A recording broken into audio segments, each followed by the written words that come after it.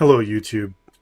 As we all know, the only authority in Islam is the anonymous guy lying to you in the YouTube and Facebook comment section. These are the people that really know Islam. We cannot trust the Quran, we cannot trust the Hadith, we cannot even trust the ultimate authority in Islam, which is the Sharia. Well, I went and had a look and I discovered that the major authorities of Islam, the major scholars that founded Islam and the Sharia, oddly enough, do not get advice from those anonymous Muslims in the comment section. They don't phone them. They don't ask them for advice. I don't think they have their email address and telephone numbers, to be honest. Even Islam QA, oddly enough, does not consult anonymous people in the YouTube comments when they offer their fatwa, their authoritative fatwa about Islam. They actually use rulings from the Quran, the Hadith, and the Sharia. Shocking, but true. Shocking, but it is true. They actually rely on Islam's authoritative texts. So, taking my example from Islam QA, I want to have another discussion about jihad. We're going to have a look at another book written by another very, very famous Islamic mufti, someone highly trained in the Islamic sciences, someone trained as an Islamic scholar and as an Islamic religious authority, and how he misunderstood Islam and how he did not go to the YouTube comment section and ask those incredibly knowledgeable anonymous Muslims for their advice. He actually went to an Islamic university. Shocking again, shocking. He didn't go to the YouTube comment section and check with that anonymous guy who constantly lies in the comment section. He went to an Islamic university to get his knowledge and education. I don't know. I don't know. So I'm going to just go with that. I think it's a good idea. Let's start with this man, the Grand Mufti of Jerusalem. I looked up Grand Mufti of Jerusalem on Bing, went to images, and this is what I got. This is him with Hitler. This is him with the Nazi SS. This is him saluting, giving the Nazi salute to his Nazi SS troops. Right over there, we have another one.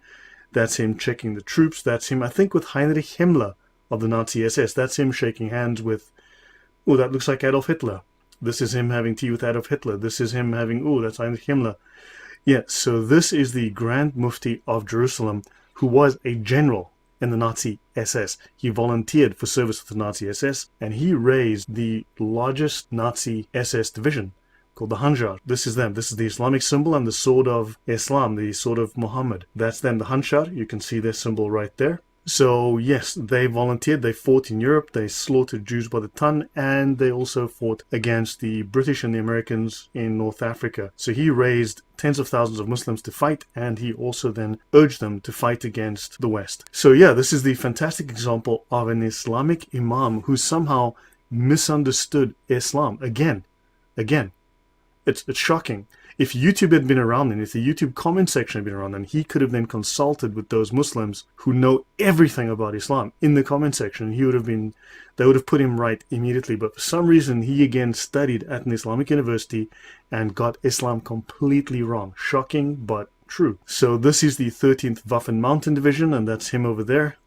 Yeah, this is some of these guys. That's their death's head over there. You'll see that. Good Nazis, good Nazis. But we're going to talk today about Muhammad Maulana Masood Azhar. He's a Pakistani imam trained in Islamic sciences. Apparently, again, he was incredibly knowledgeable of Islam at a very early age. And this man wrote a book on jihad, and we want to have a look at his book on jihad and what it says and see if it agrees with the common sentiment, sorry, I meant to say lies, that we are told by those liars in the comment section.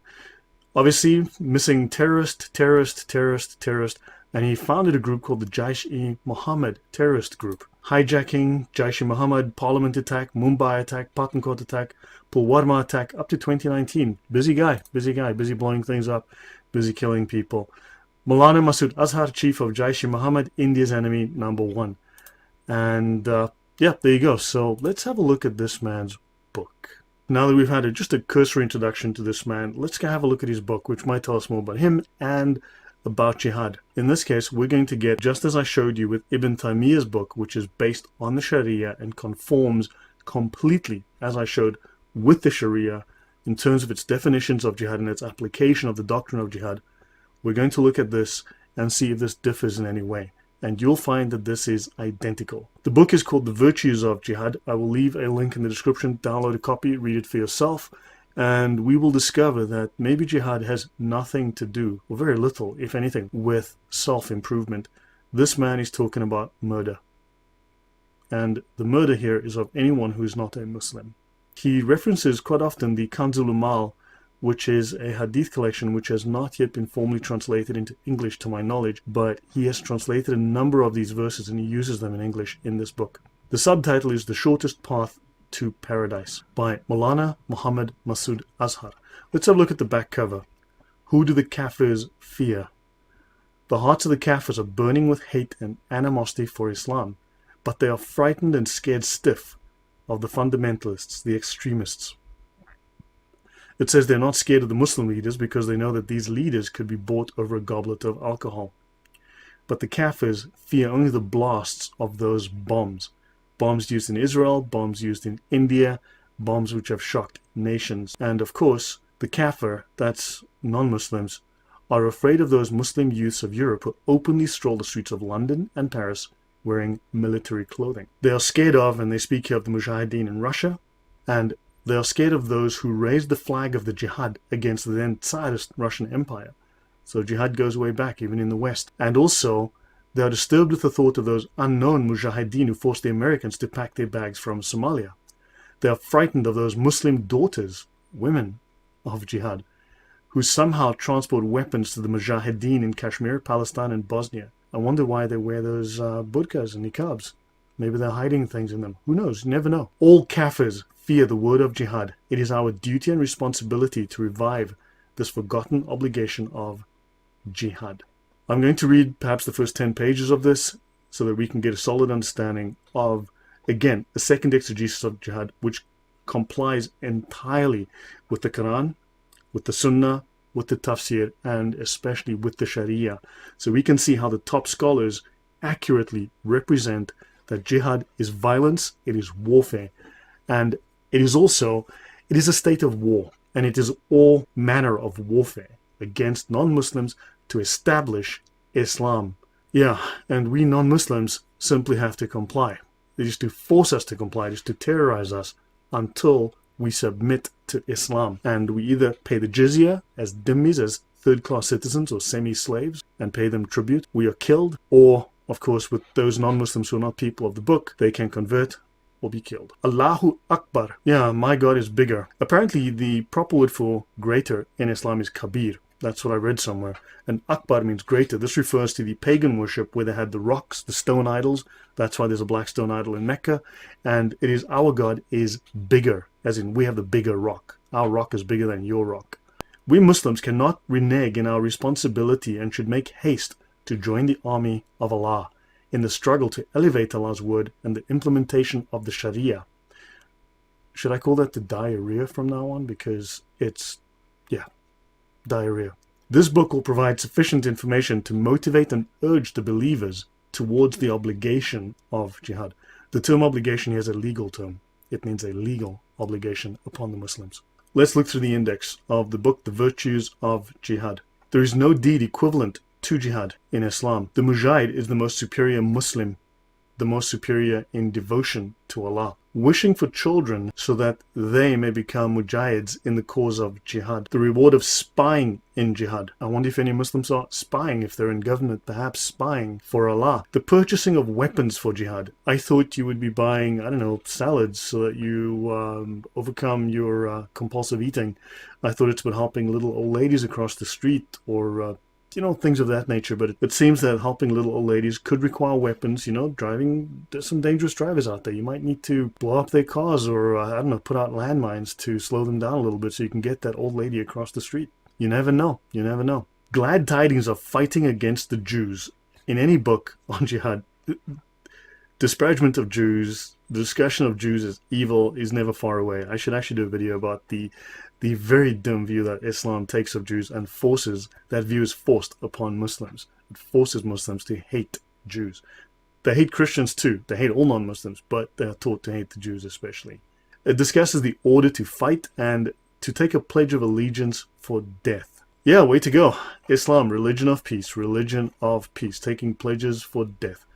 Let's have a look about the author. Born in 1968 in a religious and knowledgeable household. He was admitted into the Islamic University of Benori Town because he showed excellence from an early age. And He studied under great scholars such as the Mufti Ahmadur Rahman, a well-known figure in Pakistan, and Mufti Wali Hassan, the Grand Mufti of Pakistan. Interesting. He was well known in the Madrasa University for taking first place in class and in competitions. Quite the smart boy. And this took place at the time when the famous Jihad of Afghanistan was taking place. One of the leaders of the Jihad came to his university, and Muhammad Masood Azhar wanted to participate, at this man's suggestion, in the training course of Jihad, which he did. And then, of course, he decided that he would then spread the teachings of Jihad, because this trip changed his life. And he wanted this spread throughout the whole world like any other obligation of Islam. By nature a kind and modest person, he eagerly wanted to take part in the front line of Jihad. And then in the front line, he was injured in the left leg by the Russians. He went to hospital, he came out, and within a short period he was renowned as an international speaker on Jihad, conveying the message of Jihad to Africa, Europe, and the Arabian Peninsula. Thousands of people have participated in Jihad after listening to his speeches. And he says here, "O Hindus, do not think that the Mujahideen are weak. If you will shoot one bullet, the Mujahideen will answer with a rocket launcher." Even though he was captured, he continues, and his people continue to propagate the work of Jihad. One thing that he's very, very happy about is that, inshallah, you will learn very soon that an alim is ruling Kabul. This saying has proved true, as we are seeing a true Islamic state in Afghanistan. This was the time of the Taliban, a true Islamic state, a true state under the Sharia. It was, as you know, brutal. It was ugly. This is the kind of world that he wants to bring about. Moving to page 6, please download a copy, read this for yourself. He speaks of the definitions of jihad. Now, there is more than one definition of jihad. The literal definition of jihad, derived from the word jud, which means to make substantial effort. Jihad itself has been defined in the Arabic dictionary as to make the utmost effort to attain something beloved, or to save oneself from something disliked. However, jihad is a legal term, and here they define it in shari or sharia terms, or diarrhea terms, for more accuracy. The scholars of fiqh, or law, jurisprudence, have agreed that jihad in shari terms means to fight in the path of Allah, or anything aiding this fight in the path of Allah. A more detailed understanding of the term jihad has been explained by the four major schools of Sunni fiqh as follows. We have the Hanafi school, the Maliki school, the Shafi'i school, and the Hanbali. Number 1, Hanafi. Jihad means to be involved in fighting in the path of Allah by one's life, one's wealth, and one's speech. Yeah, having more salads could kill you. I guess that's what they mean. B. It is further explained to call the unbelievers towards the true religion of Islam and to fight against them if they are unwilling to accept Islam. Well, there you go. That's in the Fath al-Qadir. That's Hanafi fiqh. That's from one of their law books from their major scholars, according to this. And yes, it means to fight against us if we do not become Muslims like them. Maliki fiqh. The Muslims are to fight with the kafir to advance Allah's religion. Shafi'i fiqh. The meaning of jihad in Shari terms is to make utmost effort in fighting in the path of Allah. Hanbali fiqh. Jihad means to fight against the unbelievers. Religion of peace. Say after me, religion of peace. The ruling of jihad. Imam Saraksi states, jihad is obligatory and commanded by Allah. Any person who denies jihad is a kafir, and people who doubt the obligation of jihad have gone astray. From the Fath al-Qadir, page 191, volume 5. Saibul Ikhtiyar states, jihad is an ordained obligation, farida. One who denies it is a kafir. The obligation of jihad has been clearly substantiated in the Quran and Sunnah and by the consensus of the Ummah, called the Ijma. And you can find that consensus essentially in the Sharia. That's in Fath al-Qadir, page 191, volume 5. They speak of different types of jihad. Offensive jihad and defensive jihad. Let's look at the legal definition of offensive jihad. This is when Muslims launch an offensive attack. Note, offensive attack. If this attack is on the kafir who have previously received the message of Islam, then to call them towards Islam before commencement of the attack is considered preferable. Note, it is preferable, not compulsory, not obligatory.